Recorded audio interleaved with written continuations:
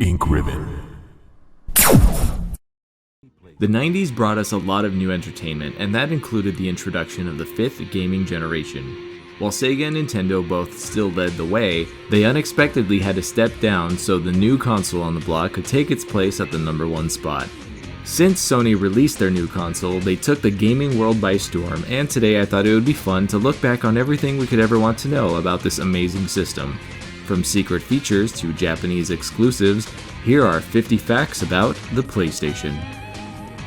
The Sony PlayStation released on December 3rd, 1994 in Japan, September 1995 in North America, September 29th, 1995 in Europe, and November 15th, 1995 in Australia. The first game ever released for the PlayStation was a train simulation game called AIV Evolution Global, which also goes by the title A-Train. The PlayStation logo consists of the letters P and S and are actually rendered 3D models that are on screen. Here are the unused designs for the PlayStation logo that Sony released.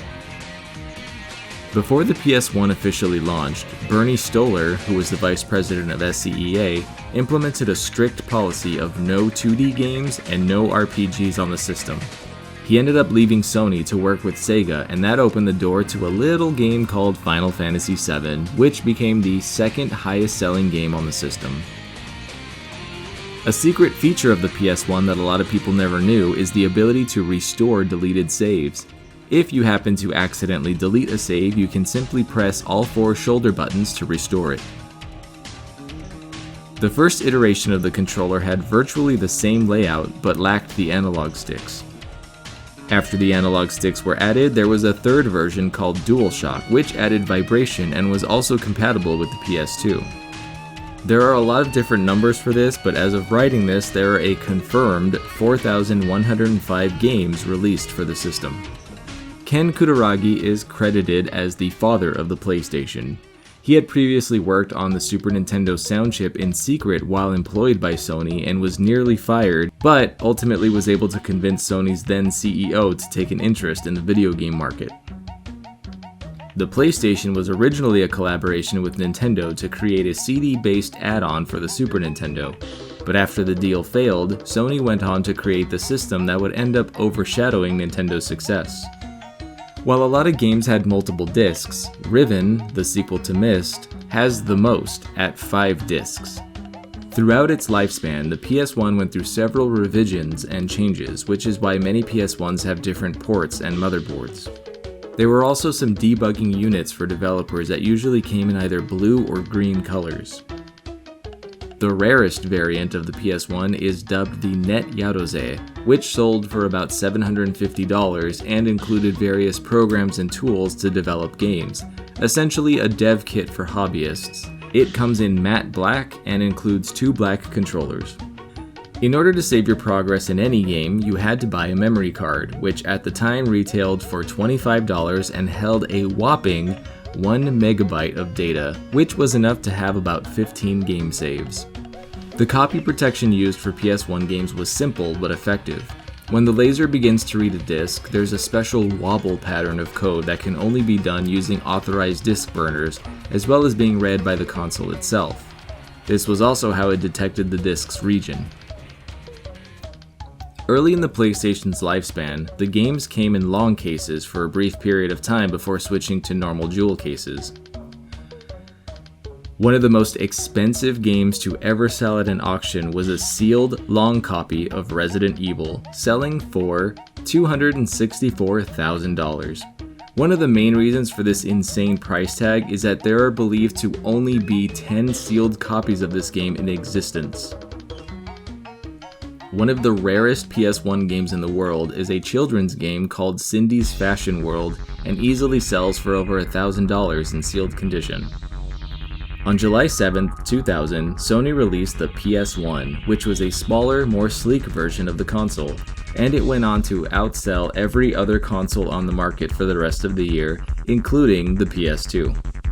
Several official peripherals were released, like the PlayStation Mouse, which was compatible with over 100 games. Another infamous peripheral was the Pocket Station, which was a small device that was half memory card, half digital assistant. It was only released in Japan.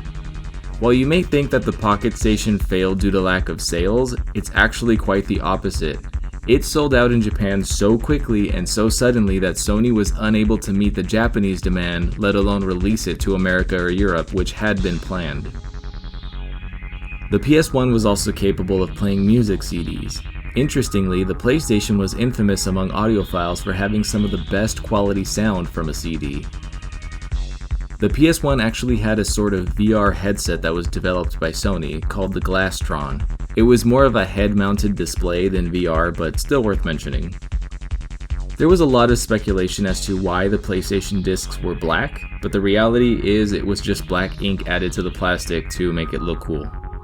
Some rare PS1 games were actually printed on silver discs, most recently old PS1 backstock games that were on Square Enix's website.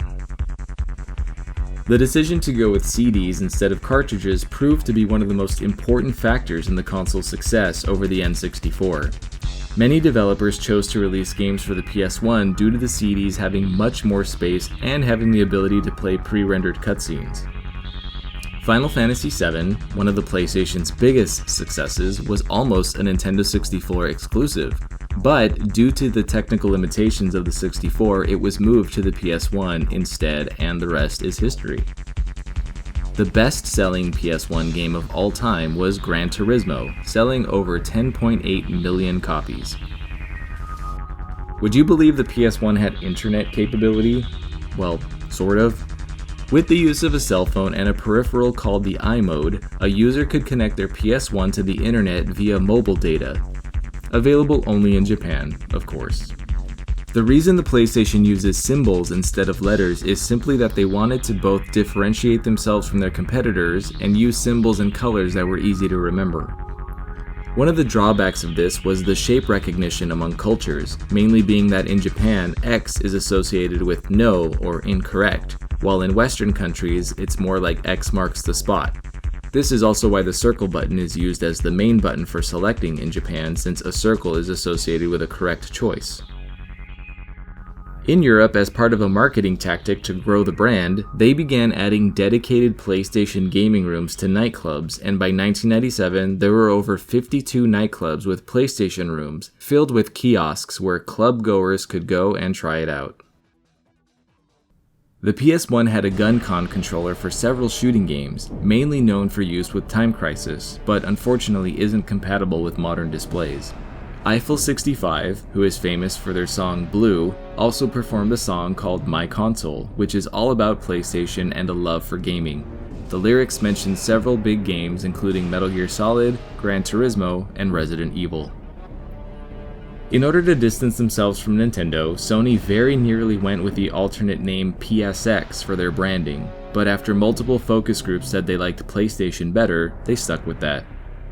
When the PlayStation released, it retailed for $299 US. Adjusted for inflation, that would be about $500 today. Crash Bandicoot became a sort of mascot for the system, but the original mascot was this guy, called Polygon Man. The famous startup sound of the PS1 was also designed to identify problems for developers. The final notes you faintly hear at the end are an indication that everything loaded correctly.